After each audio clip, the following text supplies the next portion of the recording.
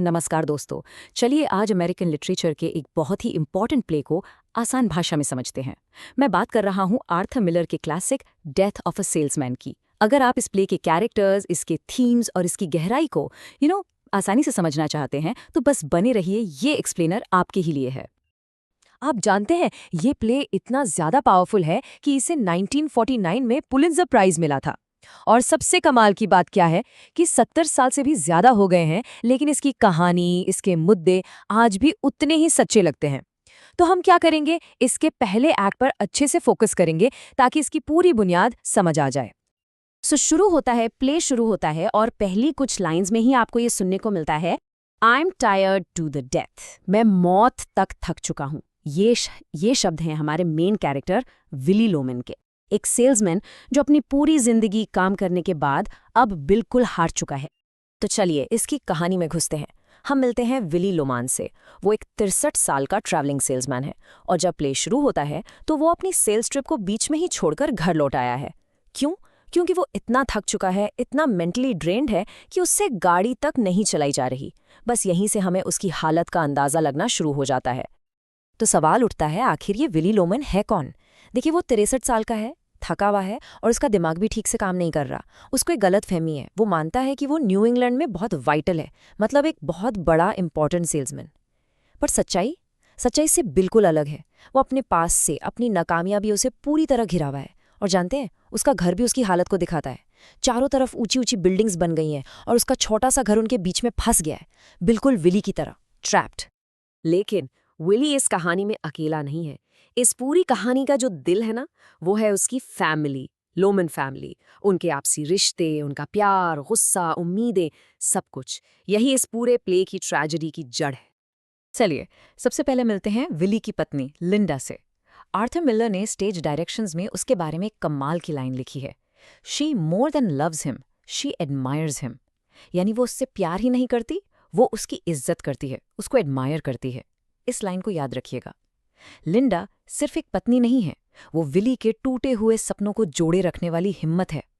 Willie चाहे कितना भी अजीब बर्ताव करे, लिंडा हमेशा हमेशा उसके साथ खड़ी रहती है। अच्छा, अब आते हैं उनके दो बेटों पर, बिफ और हैप्पी। और भाई साहब, इन दोनों में ज़मीन आसमान का फ़र्क है। एक तरफ है बिफ, 34 साल का, अपने टाइम का हाई स्कूल फुटबॉल सुपरस्टार था, लेकिन आज वो अपनी ज़िंदगी में पूरी तरह से भटक चुका है। वो अपने पिता के सक्सेस के आइडिया से नफरत करता है। और दूसरी तरफ है हैप्पी। वो अपने पिता की परछाई जैसा है, दिखावा करने में माहिर, एक ठीक-ठाक सी नौकरी है, पर अंदर से वो भी अकेला है। सच कहूं तो दोनों ही बेटे अलग-अलग तरीकों से विली की एज अ फादर फेलियर को दिखाते हैं। और बिफ का जो अंदर का कॉन्फ्लिक्ट है ना, वो इस कोट में बिल्कुल साफ दिखता है। वो कहता है, मैं हमेशा कोशिश करता हूँ कि मैं अपनी लाइफ वेस्ट ना करूँ, पर जब भी मैं यहाँ घर वापस आता हूँ ना, मुझे एहसास होता है कि मैंने तो बस अपनी लाइफ वेस्ट ही की है। जरा सोचिए इसकी गहराई को। ये सिर्फ इस बात का दुख नहीं है कि उसने अपने पिता को डिसअपॉइंट किया, ये इस बात का एहसास है कि उसने अपने पिता के झूठे सपनों के पीछे भागते भागते अपनी खुद की जिंदगी बर्बाद कर ली। तो बिफ के इसी कॉन्फ्लिक्ट से हम प्ले के सबसे बड़े, सबसे सेंट्रल थीम पर पहुंचते हैं, और वो है द अमेरिकन ड्रीम। लेकिन एक मिनट, यहाँ मिलर हर अमेरिकन ड्रीम की बात नहीं कर रहे हैं। वो उस अमेरिकन ड्रीम पर सवाल उठा रहे हैं, उसकी आलोचना कर रहे हैं, जो सिर्फ पैसे, मशहूर होने और दिखावे पर बना है। तो विली का अमेरिकन ड्रीम क्या था? उसका फॉर्मूला बहुत सिंपल था। उसको लगता था कि सक्सेस मेहनत या टैलेंट से नहीं मिलती, सक्सेस मिलती है वेल लाइक्ड होने से। मतलब अगर आप लोगों को पसंद करते हैं तो बस आप सक्सेसफुल हो गए। और यही खोखला आइडिया उसकी और उसके पूरे परिवार की बर्बादी की सबसे बड़ी वजह बना। और सबसे बड़ी बात पता है क्या है? विली ने ये जहरीला मंत्र, ये फिलॉसफी अपने बेटों के दिमाग में बचपन से डाल दी थी। Be liked and you will never want. मतलब बस लोगों के चहीते बन जाओ और तुम्हें जिंदगी में कभी किसी चीज की कमी नहीं होगी। सोच के देखिए, कितनी आसान और कितनी कितनी गलत एडवाइस है ये। इसका सच्चाई से दूर दूर तक कोई वास्ता नहीं था। और विली के इस झूठे सपने को और भी हवा देने के लिए एक कैरेक्टर है जो असल में है ही नहीं, वो सिर्फ विली की यादों में जिंदा है। ये है उसका बड़ा भाई, अंकल बेन। बेन विली के लिए उस अमेरिकन ड्रीम का सिंबल है, जो मेहनत से नहीं बल्कि किस्मत से मिलता है। एक गेट रिच क्विक वाली, झटके में अमीर बनने वाली कहानी का सिंबल। और ये चीज़ विली के ऑब्सेशन को बिल्कुल साफ दिखाती है। बेन उसकी यादों में आकर कहता है, विलियम, जब मैं जंगल में घुसा मैं 17 साल का था। जब मैं बाहर निकला मैं 21 का था और बाय गॉड मैं अमीर था।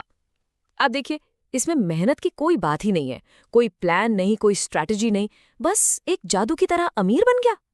ये कहानी विली की अपनी बोरिंग सेल्स वाली जिंदगी से बिल्कुल अलग है और यही सपना उसे जिंदगी भर परेशान करता रहता है। तो आप सोचिए, एक तरफ पास्ट के फेलियर्स हैं, दूसरी तरफ बेटों की नाकामयाबी, ऊपर से बेन की सक्सेस की कहानियां। ये सारा प्रेशर विली के दिमाग पर असर डाल रहा है। तो सवाल ये है कि स्टेज पर उसकी इस टूटती हुई मेंटल हालत को कैसे दिखाया जाए।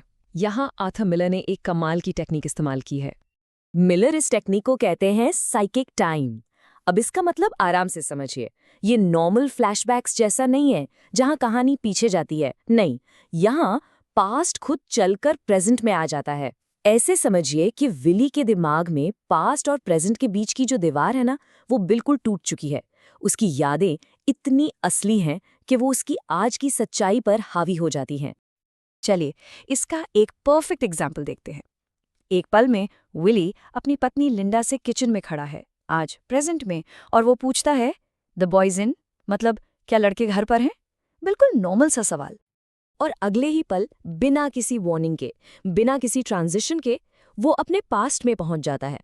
अब वो अपने जवान बेटे बिफ को डांट रहा है, जो वहां है भी नहीं। वो चिल्लाता है, don't get your sweater dirty Biff. ये जो अचानक शिफ्ट है ना, ये दिखाता है कि उसके दिमाग पर उसका कंट्रोल पूरी तरह से खत्म हो चुका है। वो उस पास्ट में जीना चाहता है जब बिफ एक स्टार था और सब कुछ अच्छा था। ओके, तो इन सब चीज़ों को एक साथ रखते हैं, उसका गलत सपना, उसकी बिगड़ती हुई मेंटल हालत और उसकी फैमिली के प्रॉब्लम्स। ये सब मिलकर हमें प्ले के सबसे ज़रूरी, सबसे सेंट्रल कॉन्फ्लिक्ट तक ले आते हैं। यहाँ पर एक बहुत इंटरेस्टिंग चीज़ है। विली का दिमाग ना एक जंग का मैदान बन चुका है, एक बैटलफील्ड, जहां वो खुद से ही लड़ रहा है। देखिए, उसके डायलॉग्स आपस में ही टकराते हैं। एक पल वो कहता है, बिफ एक आलसी निकम्मा है, और अगले ही पल कहता है, बिफ में एक बात है, वो आलसी नहीं है।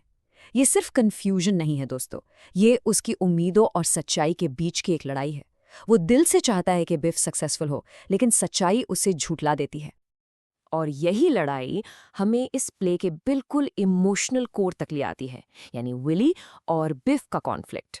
ये एक अजीब सा जाल है, एक ट्रैप समझिए। विली को बिफ की सक्सेस इसलिए चाहिए ताकि वो खुद को सही साबित कर सके।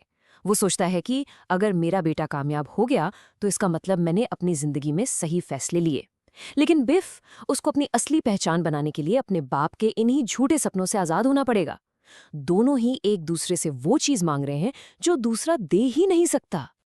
तो आखिर में ये पूरी कहानी हमें एक बहुत बड़े सवाल के सामने लाकर खड़ा कर देती है, और ये सवाल मैं आपसे पूछता हूँ, विली लोमन की इस ट्रेजेडी के लिए आखिर जिम्मेदार कौन है? क्या वो उस अमेरिकन सोसाइटी का शिकार है जो सक्सेस का एक झूठा स्टैंडर्ड सेट करती है, या फिर क्या वो अपने ही गलत सपनों और गलत फैसलों का नतीजा भुगत रहा है? इस सवाल का कोई आसान जवाब नहीं है, और शायद इसलिए ये प्ले आज भी इतना रेलेवेंट है। इस सवाल पर आप ज़रूर सोचिए, और अगर आपको ऐसे ही दूसरे लिटरेरी वर्क्स का डिटेल्ड एनालिसिस चाहिए तो सब्सक्राइब ज़रूर कर लीजिएगा।